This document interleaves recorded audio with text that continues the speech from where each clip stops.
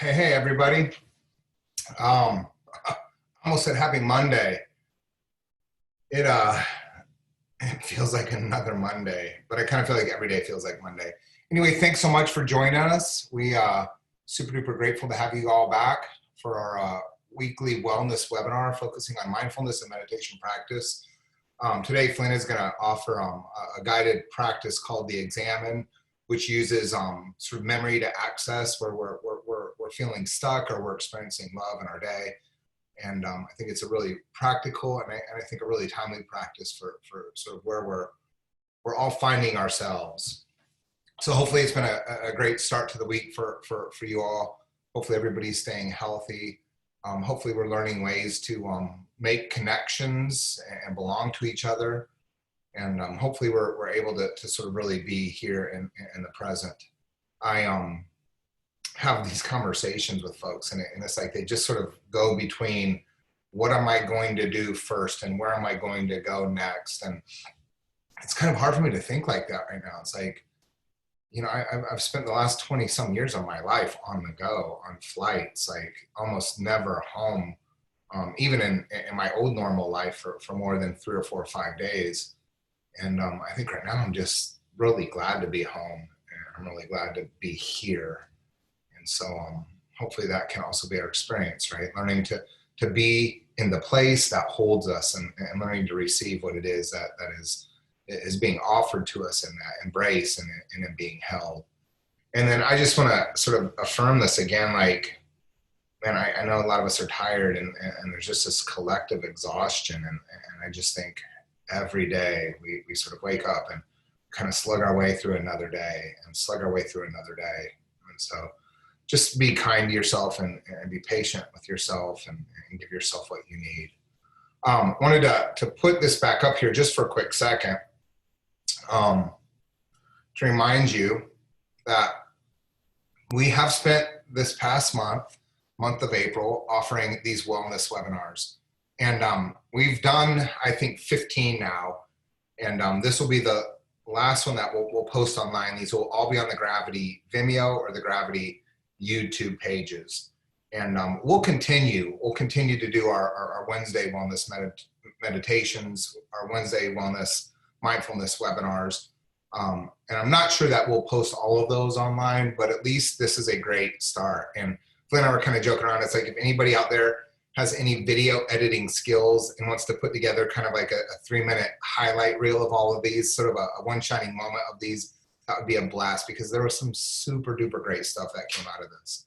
Secondly, like always, I love to sort of throw this map up there. I know it's kind of goofy and nerdy, but this is one thing that honestly really just helps me sort of feel connected to all of you spread out around the world and across the country here. And so thanks for always staying close, for joining us. Looks like Basil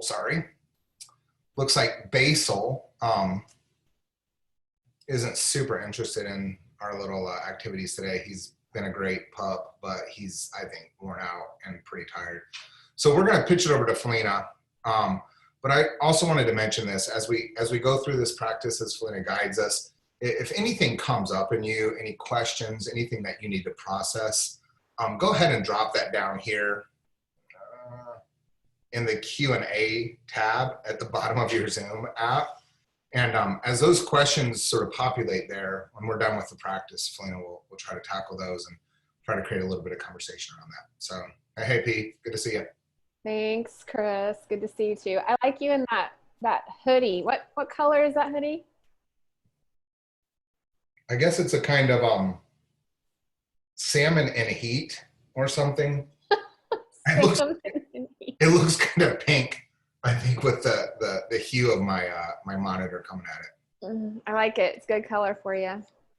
All right, nice stripes. See ya on the flip flop. See ya. Hi, everybody.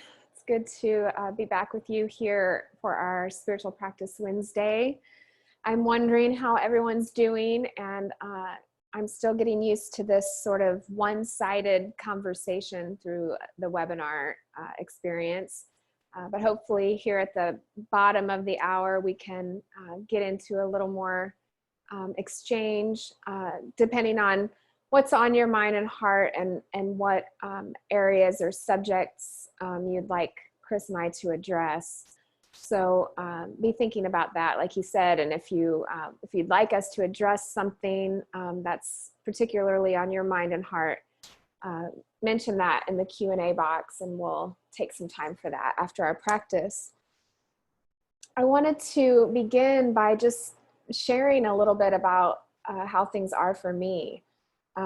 Today I was kind of rudely reminded of how difficult it is for me to stay in the present moment.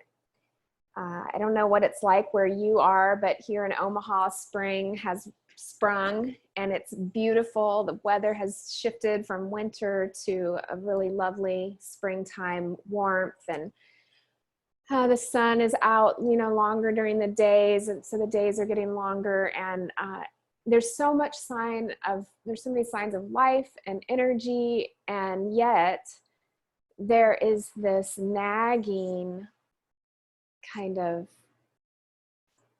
sluggish energy in me that I want it to be different. I want to be more energized. I want to be more productive. I want to get on in a way with my life.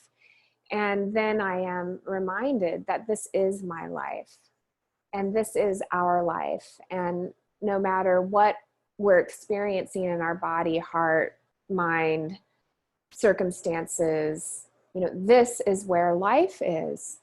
And I'm just reminded today of, how hard it is for me sometimes to cooperate with what is. I'm still recovering from this brain injury. I want that to be done. I want my recovery to be complete, 100%. I want to be 100% in my life and in my energy and experience. This pandemic fatigue seems to be lingering. I want to be more in the flow of productivity, various contributions to life, and what it means to give and to receive. And I feel stifled in a number of ways in terms of what I can offer and what I can give.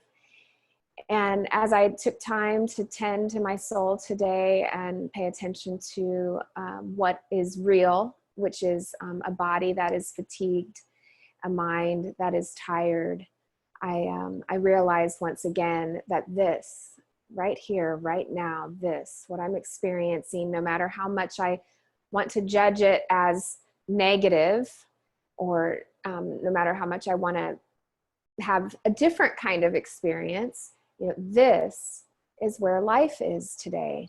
This is what's happening for me, and how can I sink into it and cooperate with it rather than resist it. And just being reminded again that it's in my resistance to what is that creates even more fatigue. And so I'm learning once again anew how to cooperate with what is. So I hope that in something of that you might be encouraged. I don't know where you're at. I don't know how this pandemic is still affecting you, but no matter what circumstances we're going through, the invitation is always to be with what is. And so contemplative practice really supports us in that capacity, in that skill of being with what is. So I thought the examine would be a good practice for us to engage in together. The prayer of examine, or sometimes pronounced examen, is a prayer that was founded or created by Ignatius of Loyola in the 16th century, the founder of the Jesuits, or the Society of Jesus. And this incredibly discerning, wise soul created this practice for an examination of consciousness, to really teach us how to pay attention to what is most real. And he crafted this practice around consolations and desolations. Consolations being those things that we experience that bring a sense of consolation to us, that console our mind, our heart, our body, our spirit. And then this idea of desolation, those experiences in life that bring some dis-ease to spirit, mind, heart, body. And by paying attention, really turning on that inner witness and paying attention to those consolations and desolations, we then can find the source of our life. So no matter what it is that we're experiencing, it really makes no difference, because if we can be with what is, we immediately really tap into the source, tap into the life source, that energy that is creative and adaptable, and that energy that supports us in our life. We can tune into that as we become ever more aware of our consolations and desolations. And so I want to guide you through this practice today. As we transition into the practice, why don't we do a brief kind of settling in and down practice. So paying attention to the posture and settling into your seat in a way that will allow you now to be upright, attentive, alert, but relaxed. And so make whatever adjustments you need to here so that you can be 5 to 10% more comfortable and attentive. And now let's take a couple of cleansing breaths. So in a moment, we'll inhale together through the nose and exhale through the mouth. Inhale here deep from the belly. Exhale completely through the mouth. Again, inhale. Exhale. Now just letting the breath return to its normal function. Paying attention here to how the breath moves in and down, up and out.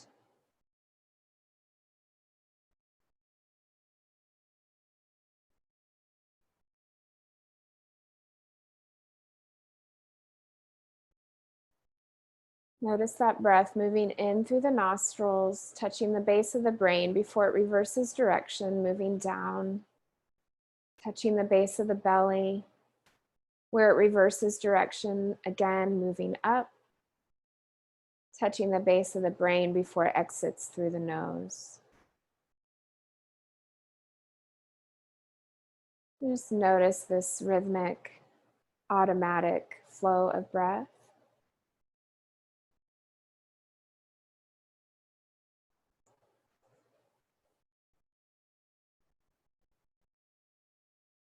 And bring some attention to the body. Notice if you have contracted in any way.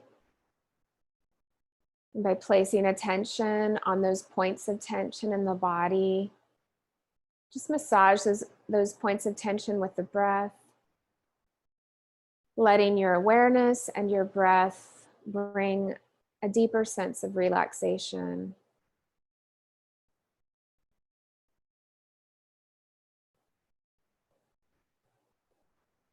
And as you watch the breath, let me offer you this blessing from John O'Donohue in his book, To Bless the Space Between Us.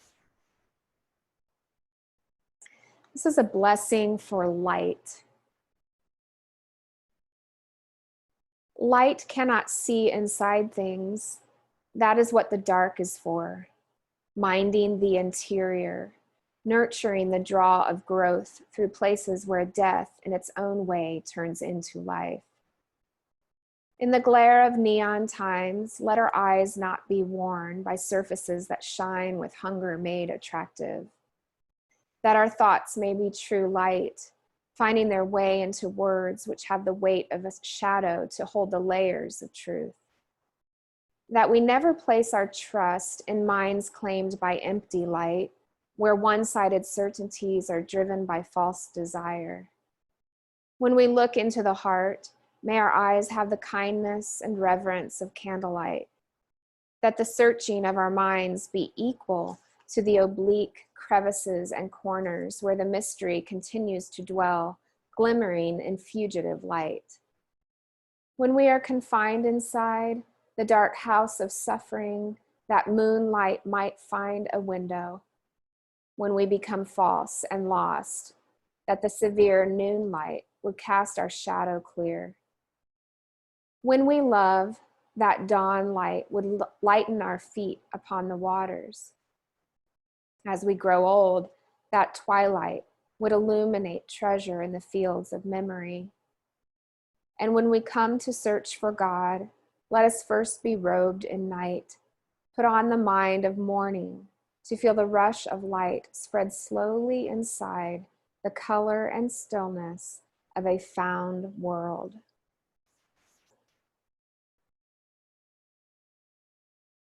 And so now let us bring some gratitude into our space, giving thanks for that great mystery we call God, the source of our life, the very breath of our breath. Let us give thanks for this time that we can be together, supporting one another in the unknown and uncertain.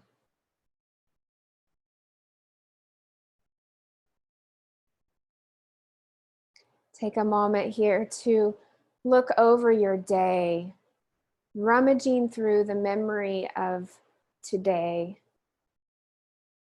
and give thanks for another day of life and breath.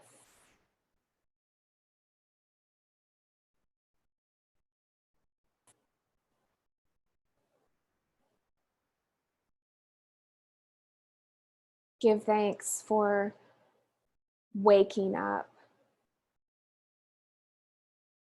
Give thanks for the shelter of your home. Give thanks for your morning routine. Perhaps a warm cup of coffee or tea. Washing of the body. Nourishing the body with food. Give thanks for the basic needs that have been met today.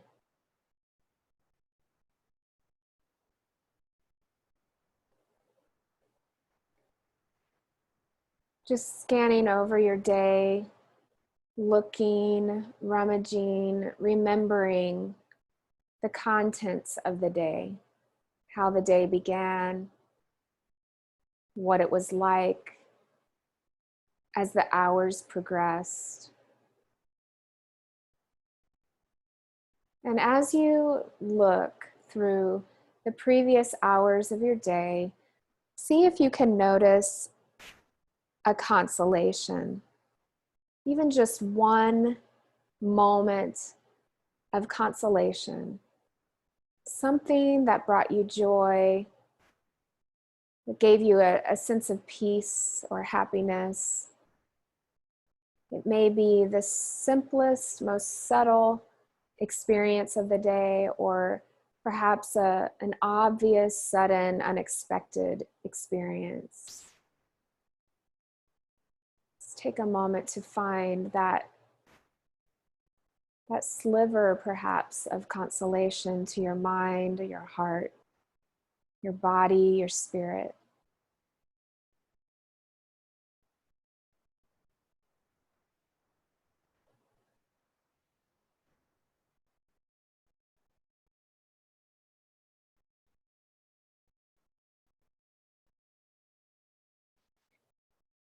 If you're struggling to find a consolation, see if you can give thanks for the ability to look for a consolation.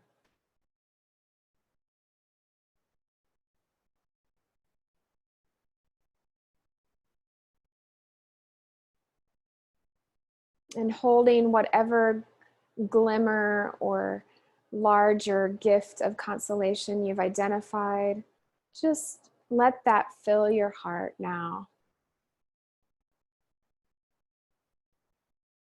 It may have seemed insignificant at first, but notice now how it affects you. Notice the difference that it makes in you.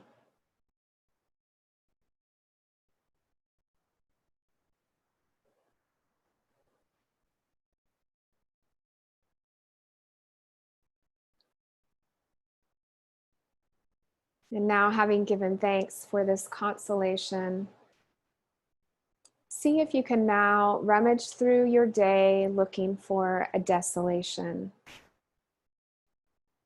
an experience that left you feeling unhappy or lacking joy, perhaps without a sense of peace, something that was disturbing or distressing for you.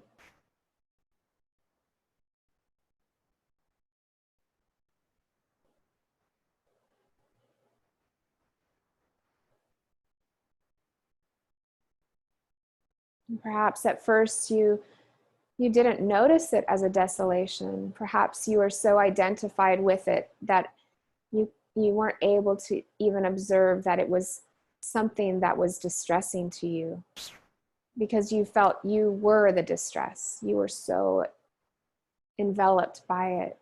Now, with some distance, with some witnessing consciousness, notice that how this desolation emerged.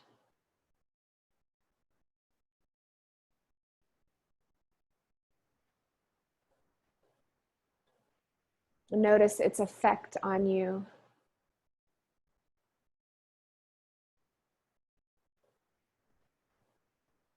Notice the degree to which you became identified with the difficult emotions or feelings or thoughts or sensations that it connected you to.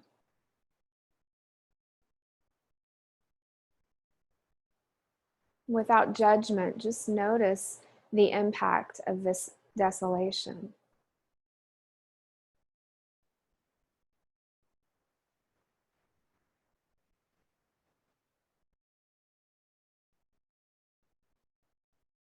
And now see if you can hold both this consolation and desolation within you.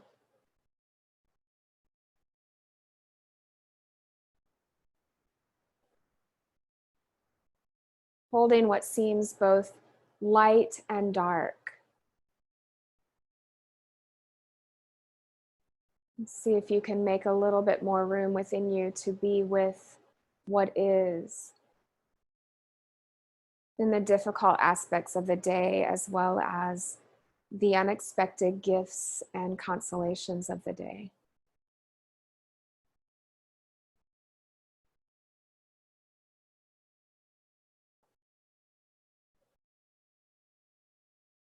And holding both your consolation and desolation, see if you can pray with these experiences and be present to what is in the midst of both the consolation and the desolation.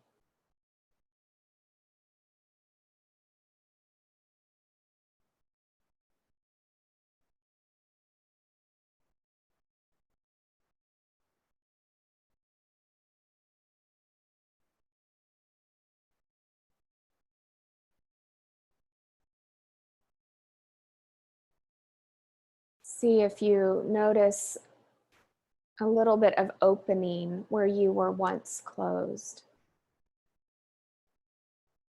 See if you can notice a little more movement where once you were experiencing resistance.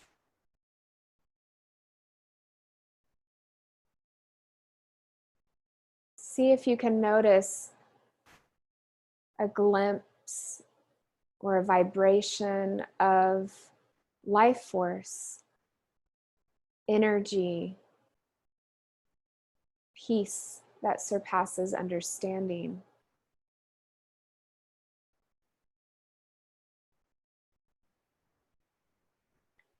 Can you relax into this opening that comes as you hold both consolation and desolation.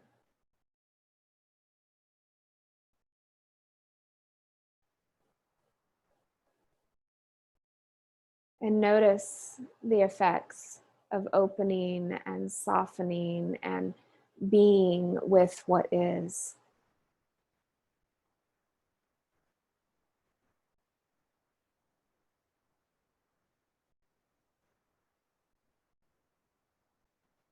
And notice that there's no place we need to go to be with God.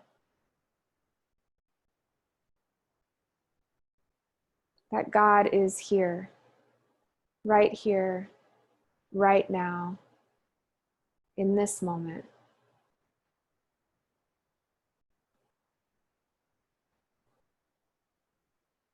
Manifested in the breath in our lungs and the blood pumping through our veins.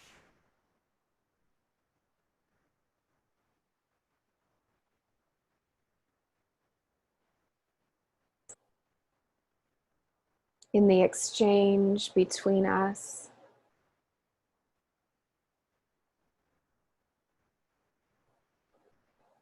In the invisible energetic field that is connecting all of us. Even as we're spread out across the country and the world, we are connected.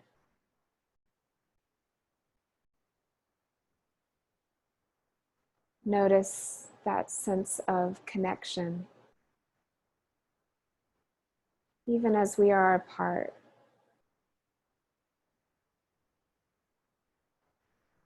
Notice, if you can, that there is no separation, no matter the circumstances. Just notice. Notice how connected we truly are. Notice that you are not alone.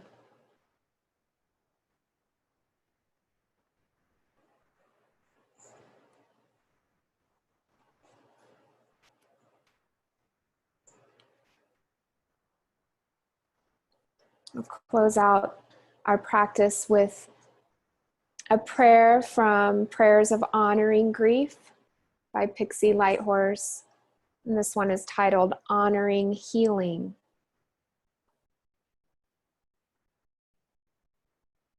Thank you for bathing my wounds in the patient salve of consciousness. Thank you for helping me rise to float weightless on your promise of light. Thank you for the invisible thread that connects me to you. I have known some suffering. Help me see the dark woods not as something to hurry out of, but find grace and wisdom in traveling willingly to and from. I am grateful for all of the ways I have been guided. Thank you for helping me tune into my internal navigation system when I am lost. Help my private lantern of presence glow with the gritty fuel of overcoming.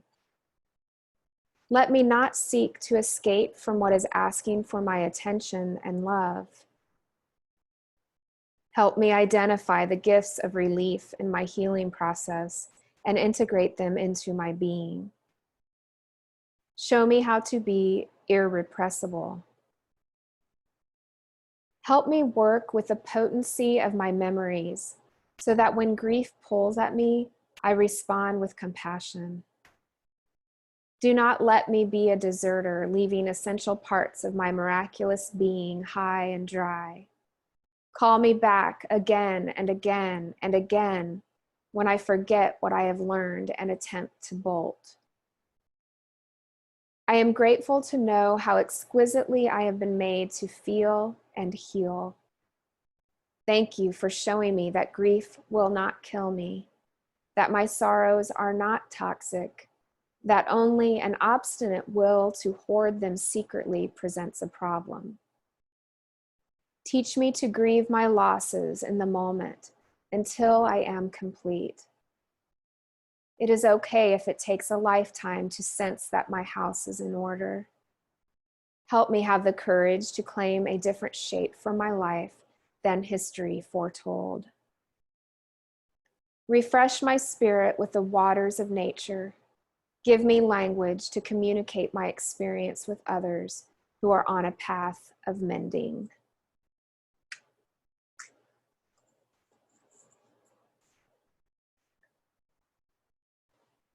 All right, my friends, let us transition to some conversation.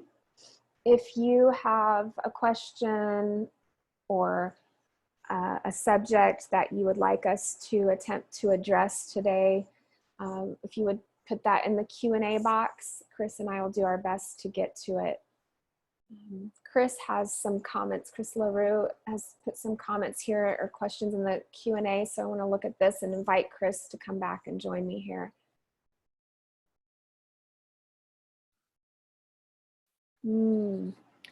Chris LaRue is asking, how do you offer people the message of being with what is when your audience may be oppressed or in a circumstance that fundamentally shouldn't be?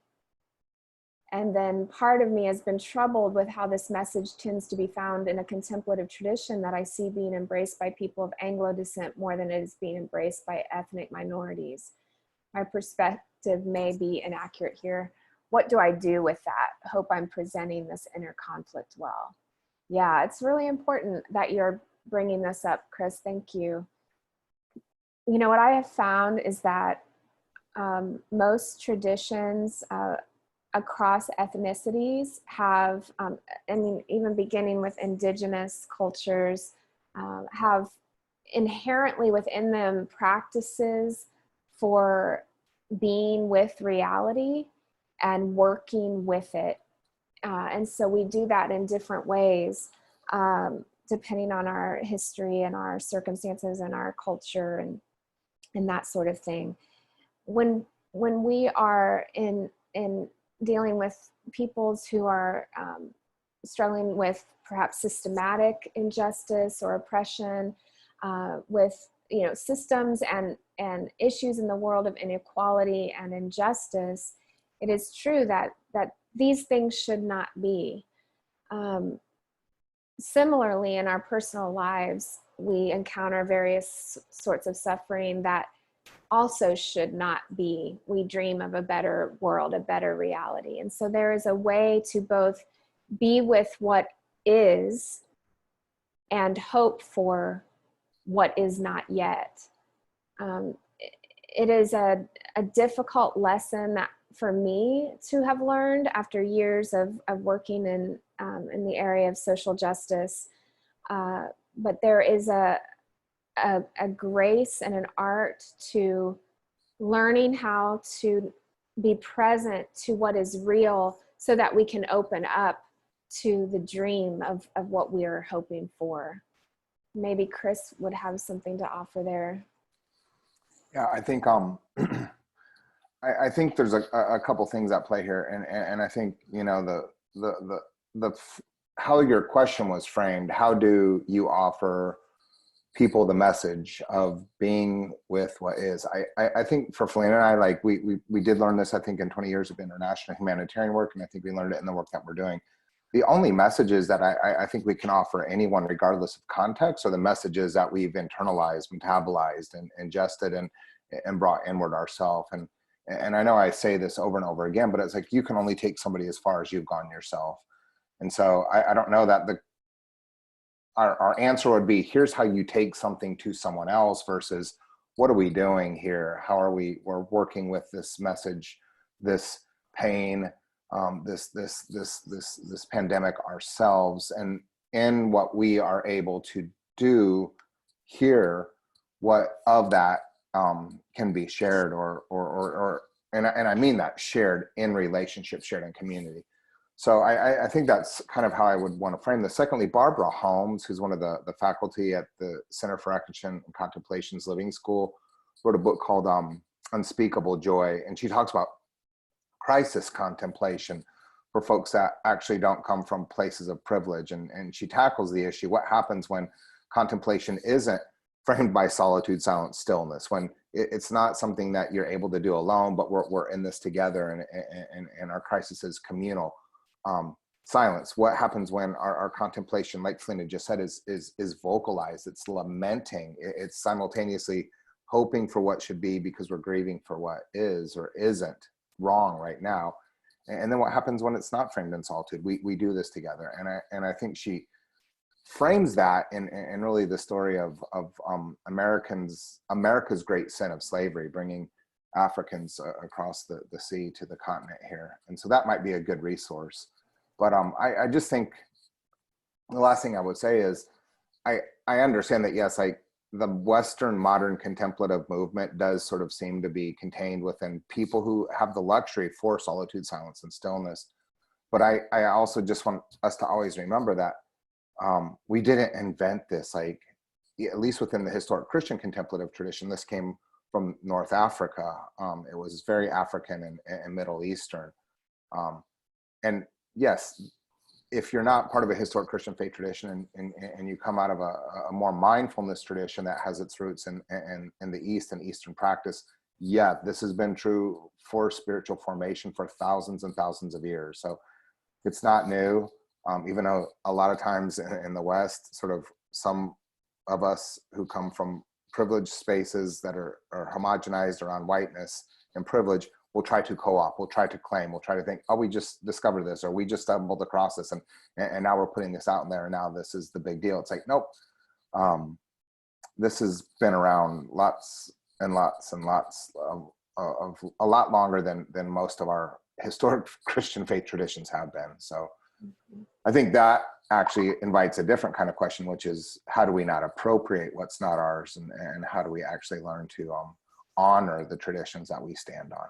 And I see here in the chat, the book is called Unspeakable Joy, and it's Barbara Holmes, and they updated the version, so I don't know if it's like the second or third edition or version, but it's a great book. So Thanks, Chris. And both Chris's, Chris LaRue and Chris Hewitts. Okay, let's see here. Sarah Johnson, she's saying, I'd love to share where I'm at today and get your thoughts. I thrive and am deeply fulfilled when teaching others, building connections, moderating discussions, and facilitating learning opportunities. I'm deeply realizing that nearly all of my paid work is turning to the screen with a lack of human interaction in the flesh, which makes me sad and gives me deep sense of loss, grief at a visceral gut level.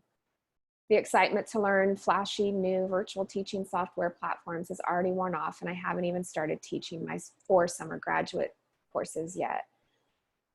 Yeah, Sarah, I feel you. This is a really difficult time for so many of us in this particular area. And I think, you know, what stands out to me is, as much as many of us are trying to pivot and adapt and survive, which is necessary, at the same time, there is this also necessary invitation to be with what you're naming here, the real difficulty, the grief, the loss, to not move through that too quickly, but to tend to it. And so what I've been sensing lately is that really intense tension between, look, I have to pivot, I have to adapt, I have to do my work in the world, I have to find a way to continue to engage this world with the rapidly changing nature of things. And yet there is this grind for a slowing down, a paying attention, attending to the soul. And that is equally as important. And so somehow I think we must find a way to create space for both this new world that's unfolding for us professionally and doing what we can to adapt and pivot and meet our responsibilities and our duties, while at the same time honoring that tension and that grief and that loss, and carving out equal time to be with that, because my sense is that it is in that tension that you've named here that this new world wants to be birthed. But if we only tend to the demands and the pressures of the professional part of our life and the way that's evolving, then I think we will miss this new life that's wanting to emerge in this moment with these tensions that we're facing. Chris, thoughts? Yeah, I mean, I don't know, Sarah.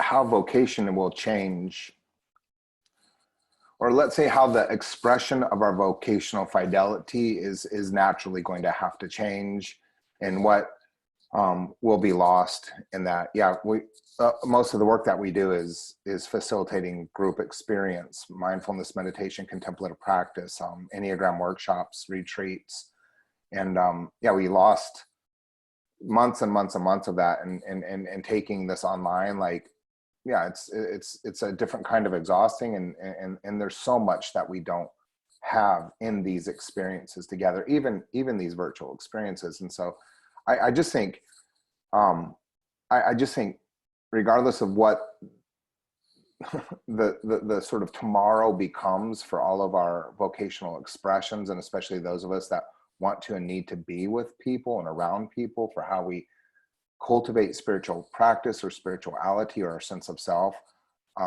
we're not going to be able to accept whatever that is until we grieve what was. And I get it. We want to be hopeful, and I get it. Things like our relationships won't be canceled, and we're not giving up the connections that we already have and the connections that we're making today, but it's going to be different. And I keep trying to say this, like, we didn't know before 9/11 what we were losing, and we didn't know how the world was going to change. I think a lot of us can't even remember what the world really was like before flatten the curve became just sort of normal languaging, before social distancing became a term that we all understand. And so I just think for a lot of us, the important work will be to grieve what is lost and what we've lost, and to grieve what we won't be able to bring forward. And I'm convinced of this, that until we grieve those things, like, we're not going to be able to receive what's next, and we're not going to be able to actually engage what will become sort of a new reality. And so that's hard for me, right? My Enneagram type, right? Types 3s, 7s, and 8s, like, we have this sort of future orientation towards time. I want to think hopefully. I want to think ahead, but I think I'm learning right now that I have to look back, and I have to really let grief be honest, and create something, a container, carve something through sorrow and loss within me that will be able to be filled with something else. But it's a process. Thank you, Chris. Sarah, your reflection has reminded me of some of the reading I've been doing with Francis Weller in his book, The Wild Edge of Sorrow. And so since we have time, I want to just offer some of this wisdom to us. I think it will really soothe the soul in what a lot of us are experiencing. He says, "We are laid low by grief, taken down below the surface of the world where shadows and strange images appear. We are no longer moving in our brightly lit daytime existence. Grief punctures the solidity of our world, shatters the certainty of fixed stars, familiar landscapes, and known destinations. In a breath, all of this can be shaken, will be shaken by an unexpected loss. In this place, everything moves slowly, time, body, thought. Grief feels like it will never pass. This brings us great fear. We worry that this house of sorrow will be our final resting place, that our days will always be overcast, gray, and dulled by the sadness we carry. We have the sense that we are on a slow walk with no obvious direction. Fortunately, grief knows where to take us. We are on a pilgrimage to soul. It is challenging to honor the descent in a culture that primarily values the ascent. We like things rising, stock markets, the GDP, profit margins. We get anxious when things go down. Even within psychology, there's a premise that is biased toward improvement, always getting better, rising above our troubles. We hold dear concepts like progress and integration. These are fine in and of themselves, but it is not the way psyche works. Psyche, must remember, was shaped by and is rooted in the foundations of nature. As such, psyche also experiences times of decay and death, of stopping, regressing, and being still. Much happens in these times that deepen the soul. And I think this tension that we're all finding ourselves in by this pandemic is really an opportunity for all of us to return to our soul, and for our Western culture in particular to find our collective soul. So anyway, we'll put the readings from today in the email that you'll get out in your inbox tomorrow, so you'll be sure to have the reference to all of that. Iman asks or comments here, are there ways that the full empty cup metaphor for loving and supporting others' self is shifted now? It feels like filling up and pouring out aren't the motions that allow us, or me anyways, to love even a little bit well. I'm kind of lost, but it feels like a refueled gas tank isn't what's going to help things matter as much as they should. Chris, do you want to comment on that?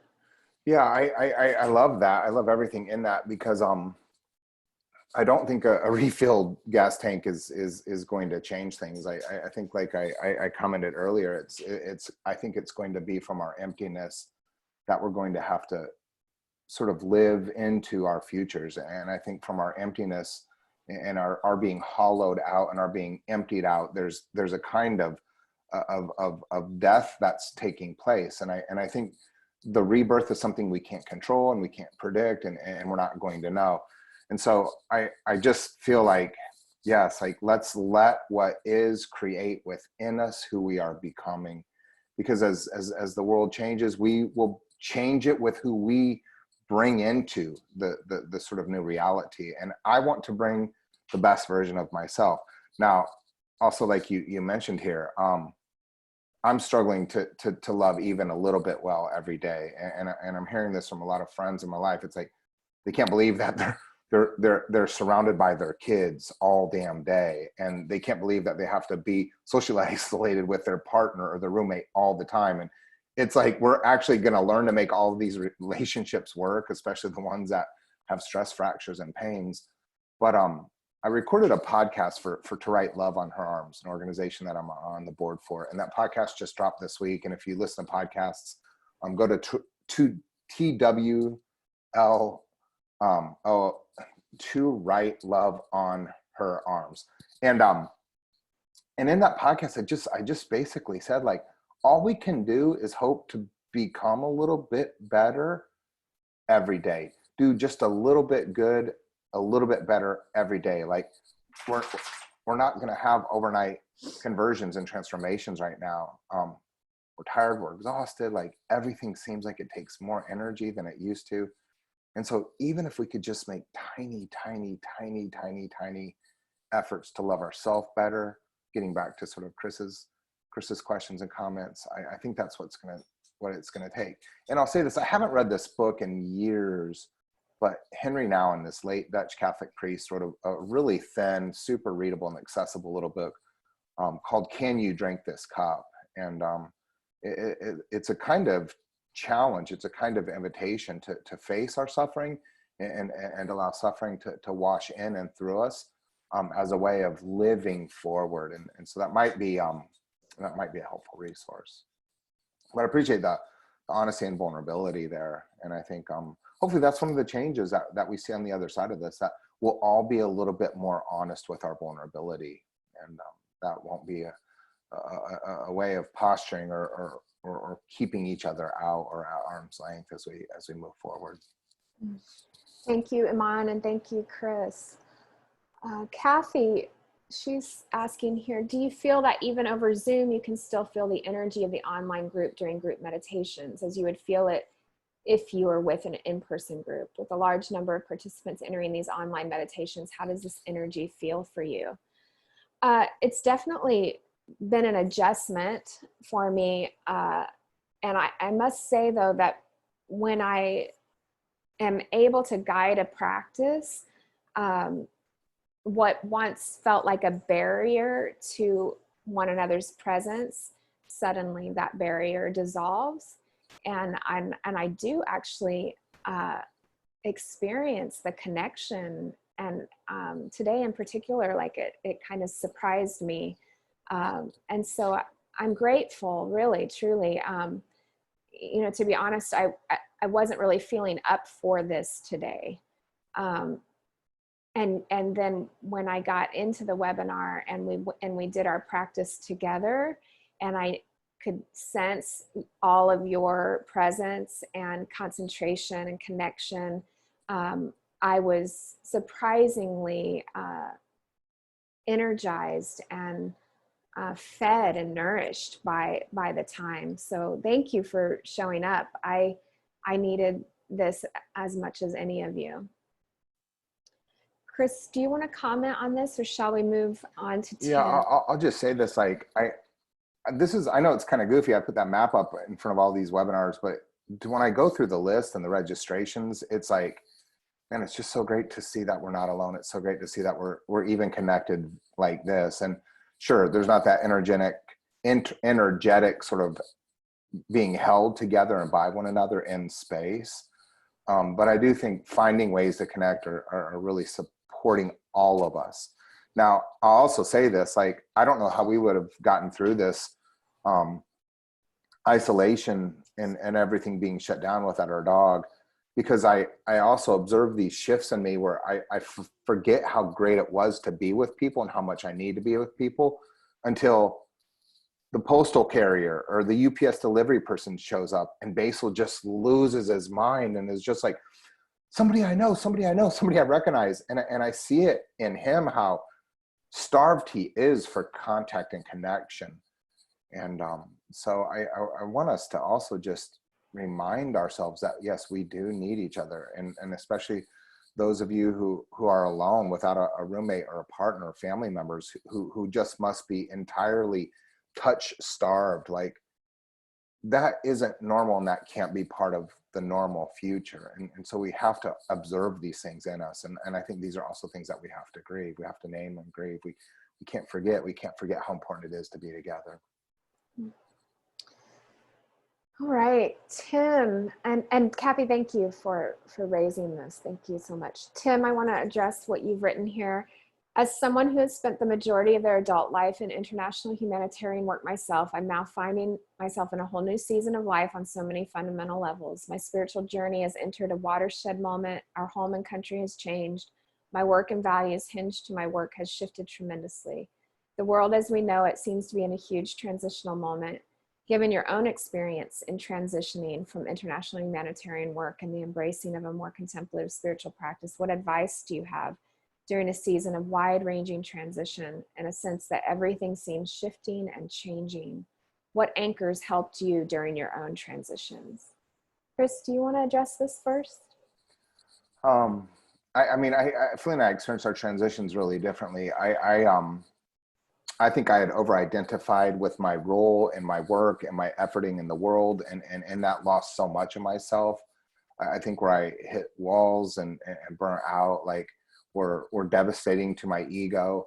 And so I think for me, it was a necessary deconstruction. And I can say this, like, I believe that a lot of my work in the world was sincere and pure. And I believe a lot of my work in the world was honest and driven by love. But I think now, looking back on some of that, I can also say I was projecting outside of myself what I wasn't contending with or dealing with inside myself. And the vulnerable parts of myself that I wouldn't care for and wouldn't be present to, well, I was trying to take care of vulnerability somewhere else. And so, I guess, like, I'm just going to keep saying the same thing over and over and over in a different way, coming back to what Chris raised at the beginning.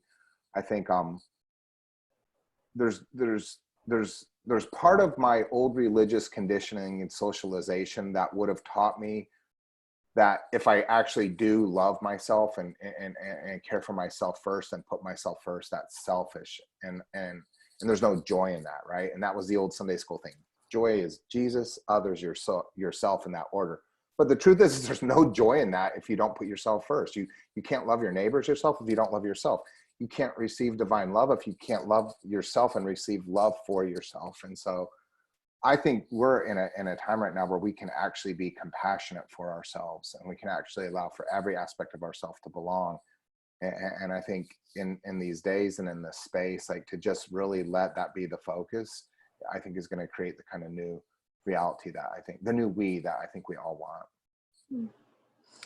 Yeah, and what comes to mind for me, Tim, is this notion that new life comes out of chaos, that that the Spirit often works in chaos, and that this is very upsetting to us. Like, we don't tend to like chaos so much, but to recognize that in the midst of the chaos there, and just to acknowledge that the Spirit is at work. So then to your question about what anchors you, because it's sort of like, I can remember times where during times of major transition where everything was uprooted and everything was spinning, and it's sort of like my life was in a cyclone or a tornado, and it's like, how do I get to the eye of that storm? Like, how do I get to that place that is, calm? And all this stuff can be shifting and moving around me, but I can find some anchoring, some rooting, some grounding. And for me, that has been contemplative practice. And sometimes I feel like I'm, just kind of like hitting that same tone all the time for people. Like, it's about adopting a spiritual practice. Like, that's because that's what has helped me so much, is finding a practice, a contemplative practice that teaches me how to be with what is, so that then somehow I can cooperate with that Spirit that is making new things in and through me and around me. And I'm just very much aware of how often I don't cooperate with Spirit in the world, but I am operating out of my own ego motivations, my own unconscious drives, my own woundedness, and it's in that kind of unconscious way of living that is so draining. So it's like, it's less about the circumstances of transition and shifts and changes than it is about my stance in the world, my rooting, my grounding, my approach to how I live in the world and how I relate to what's happening. And so I can't really, speak enough about how important it is to find a spiritual practice that will, really anchor you and ground you and help you develop these skills for presence, for letting go, for trust, for cooperation, and contemplative prayer and meditation practices have been a great help to me in that way. So thanks for the question, and I wish you well. All right, well, this brings us to the top of the hour. Chris, do you want to close us out here? Yep, can't hear you. There we go. Sorry. So we are, of course, so grateful for all of you being a part of this. Honestly, like, I mean this, like, it does help us to feel like and realize that we're not alone. We are done with our Monday and Friday wellness webinars. Those have been recorded and those are available for you. But we'll continue to do these on Wednesdays, as long as we can't meet at Gravity for our weekly meditation sit. And so hopefully this will be a time to continue to connect and continue to sort of just create some rhythm and routine in our weeks. And hopefully we'll all stay safe and healthy and see each other soon. So thanks so much, everybody. We appreciate y'all. And hopefully we'll connect again a week from now.